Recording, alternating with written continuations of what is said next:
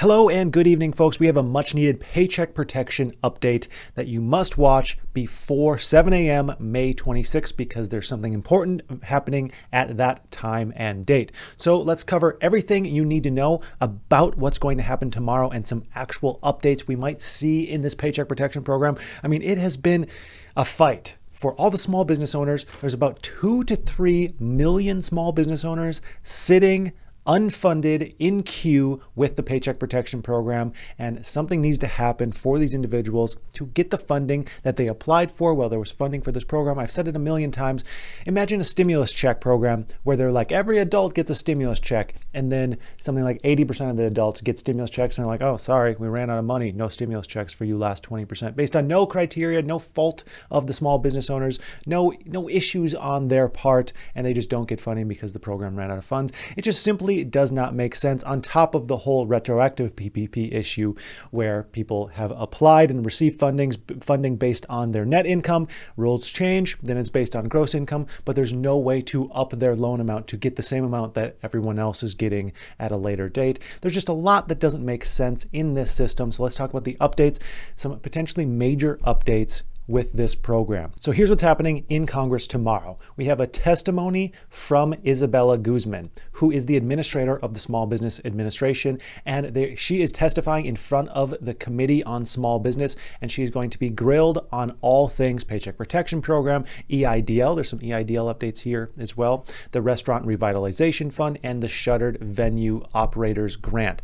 There's going to be a lot of questions answered on all of these topics, and you bet there's going to be a whole lot on the Paycheck Protection Program, the funding that's remaining here, the approvals, and the need for more funding. This is like a catalyst. This is one of the biggest catalysts that we've seen so far in the last month or so, and this is exactly what we need, a discussion around this in order to build the proposals.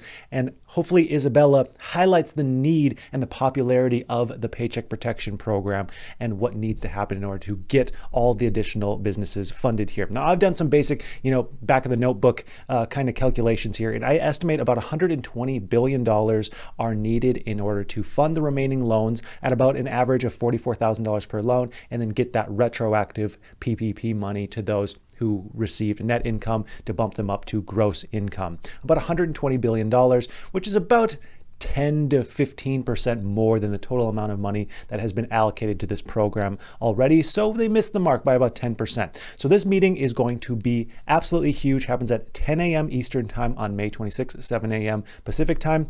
And luckily we have some meeting notes as well. So it's not just me saying, hey, this is what they're going to talk about. We actually have some information on what they're going to talk about. So first off, there's a summary here of the Paycheck Protection Program. And I highlighted this because it says as of May 13th, 2021, this is just a summary timeline. It says that the SBA is only accepting PPP applications originated by participating CDIs, TDFIs, highlighting that they're aware of the issue that, funding is no longer here.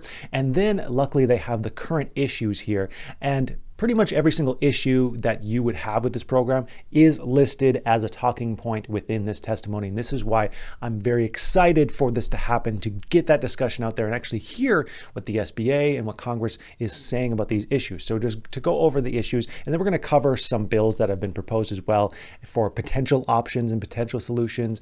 And then you can determine, what the best solution might be in your opinion. So the first issue here, withdrawal of loans. So the SBA, of course, has notified lenders a couple weeks back, hey, any loans that don't already have an SBA approval number that aren't, within the minority criteria, you have to just say, sorry, not going to process, not going to happen.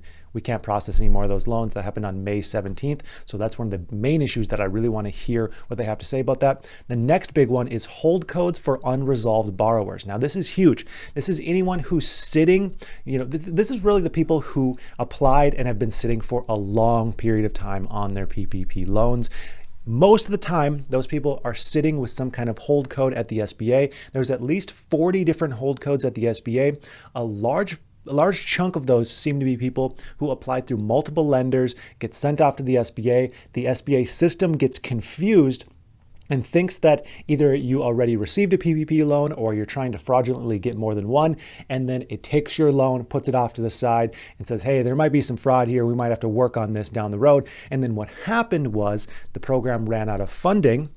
So those people who got set aside, most of them not doing anything wrong, don't ever get the attention on their application to get that thing passed through. So it's a major issue, and I'm really interested to hear what the SBA administrator has to say about those hold codes. This is the people who are sitting in like lender secondary review. That generally means there's some kind of hold code on your application. So that's a big one. Forgiveness update. So they say here that the SBA has forgiven 3.1 million PPP loans made in 2020, which is 60% of the 2020 loans. So first off, I just want to highlight that that is good news in itself. Oh, there we go.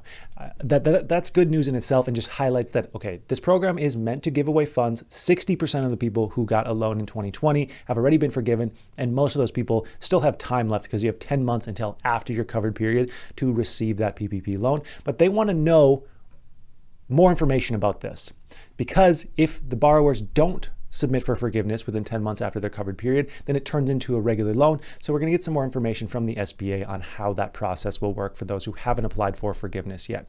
Demographic and jobs information. So Congress is kind of concerned because more than 70% of people are not answering the optional demographic information on their PPP loans when they apply. Now, this is kind of a known issue, and tests have been run that show far more people will answer those questions after they already receive a PPP loan, but most people, a majority anyways, are not doing it beforehand. We can kind of guess why people are not doing it, because they're scared to give their demographic information. I'm sure there's a lot of people who are like, I'm not going to give my demographic information if that's going to affect the odds of me getting the loan or not. I mean, it's a pretty simple question, but I'll be interested to see, what exactly they have to say about that. PPP fraud, of course, this is a huge issue. They're going to talk about PPP fraud and what law enforcement is doing about this, and of course, what kind of fraud nets they have to catch these issues before they actually turn into issues. So this will be interesting to see what happens in terms of, are they going to tweak anything with forgiveness, potentially have requests for more documentation, and maybe they'll talk about taxes and comparing PPP loan documents to taxes, things like that, in order to make the system a little bit more safe and coherent. So that'll be interesting to hear about the fraud component. And then we also have a lot of information that's going to be given on the EIDL program. So just to highlight this real quickly, this is just a summary of the EIDL programs, the current potential issues, potential fraud. So they're going to talk about fraud again with the EIDL. Now, I don't think fraud is quite as rampant with the EIDL because there's this manual process for each and every one of these EIDL grants and loans, and there's a tax transcript request. So it's much harder to fraudulently have the IRS send in a tax transcript and then get through this process. So it's going to be lower, but we'll have to see what they say about fraud. They're going to have more information about the advance payments.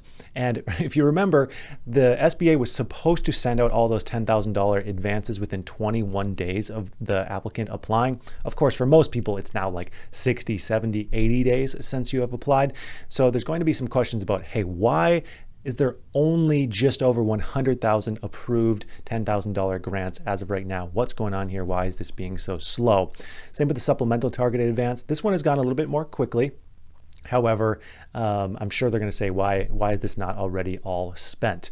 We also may see some talk about opening up the $10,000 grant to additional applicants in this. And the reason for that is typically with a program like this, we would see in a situation where the money gets spent, and even if there are criticisms against the program about opening it up to more people or changing X, Y, and Z, if the money's already spent, then they can kind of say like, hey, the program's over. But in this situation where the money is still there, it kind of changes things because there's a lot of money left with the EIDL program as of right now. So it might change things where Congress could look at it again and be like, okay, maybe there's something fundamentally wrong with this program, and that's the reason why only about 10% of these advances have actually been sent out. Maybe we need to open this up. Maybe we need to make some changes. And it just gives the opportunity to tweak and change this and then potentially open it to new applicants. Now, there's been ideas all across the board, from just opening this to all businesses, $10,000 to every single business, to other more flexible criteria, like maybe you are located within a low-income census tract, or your personal criteria could be used for, your income status compared to the median income of your area. Other criteria to make this a little bit more flexible so there aren't so many darn people. I mean, I've received hundreds of messages from people who are like, I'm not in a low income census tract, but literally my neighbor is. I mean, I'm in that situation. There's probably, if you're watching it seems like there's a 30% chance that you're also in that situation. So I know there's a lot of people who would be affected with some changes there. They're going to talk about the EIDL loan cap, EIDL repayment and how that's going to work, how they've made the deferral a little bit more in the future. They're going to talk about the Shuttered Venue Operator Grant Program, as well as the Restaurant Revitalization Fund, which that has been very popular and has run out of funding. So we'll see if more funding gets allocated there. And I'm kind of optimistic that if more funding gets allocated here, we'll also see more funding for the Paycheck Protection Program. So there's a lot happening early in the AM, and I will keep you updated on changes there. Also, just make sure you like this video and share it to any other small business owner who is sitting waiting for PPP funding. That way they are in the know as well. They know what to expect for tomorrow. And also, if you wouldn't mind doing me a favor and just click that subscribe button already, even if you are brand new here, even if you've seen 10, 20 videos of mine, now is the time to gently click that subscribe button. So now from here, let's talk about the proposals at hand, and then we can decide whether these are good proposals or not. So first we have a proposal that would give that retroactive PPP, increasing it from net income to gross income. Now this does quite a few things, this proposed bill. However, it doesn't fix everything. So first off, it would give farming partnerships, and sole props the ability to retroactively increase their PPP loan, and it directs the SBA to create a process to do so. As great as that is, this bill doesn't offer any additional funding. So of course, this couldn't be passed as is and do anything because there's no funding left as of right now. So it has good intentions, doesn't pass any additional funding. So it's not great in that. The retroactivity would go back to December 27th, which basically anyone who got this PPP loan, got their PPP loan in 2021 would receive a benefit from this bill. And then it would only apply for one loan per applicant in order to up that from net income to gross income. And also this bill amends the calculation for revenue loss, which I think would be very, very beneficial. Instead of it just being a set quarter-to-quarter comparison, you have to show a reduction of 25% in revenue. It could be any 90-day contiguous period compared to a 90-day contiguous period in the year before. So that could be a potential good way to get the eligibility just a little bit more open to additional businesses, because I know a lot of businesses were hanging right around that 23-24% reduction. So that would be interesting. So this bill has good intentions, doesn't add additional funding, so it can only do so much. And then we do have a bill that would add some additional funding. However, it's limited in its own right. So this bill would provide funding to those who were approved for their PPP loan on or before May 4th.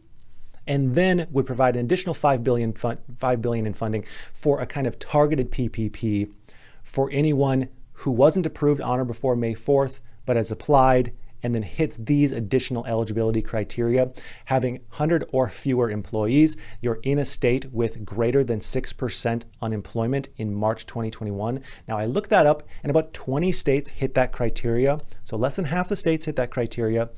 And then it would have a preference for women, minorities, and veteran-owned small businesses. So it's kind of a targeted PPP, doesn't really add a whole lot of funding, and there's some holes that I see in this program. So again, this kind of has good intentions. It's better than anything else we've seen because there really is no other proposals besides these two. So it's a good start.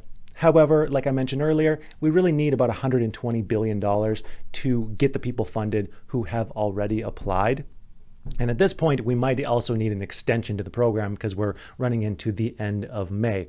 So I am very interested to see what happens in this testimony. I think it's going to be very illuminating and really tell us what we can expect next. We're really going to be able to get the idea of whether we should be hopeful or not for more PPP funding and for changes with the EIDL. So stay tuned for that. Again, remember to subscribe for updates on this situation. Check out the links in the description for various offers while you're down there. Get some free stocks. Check out my course, my YouTube course, where I talk about how I earn more than $50,000 per month on YouTube. Check out various offers, free crypto, things like that. And I would just like to thank you for tuning in. Thank you for watching, and I hope you have a profitable day.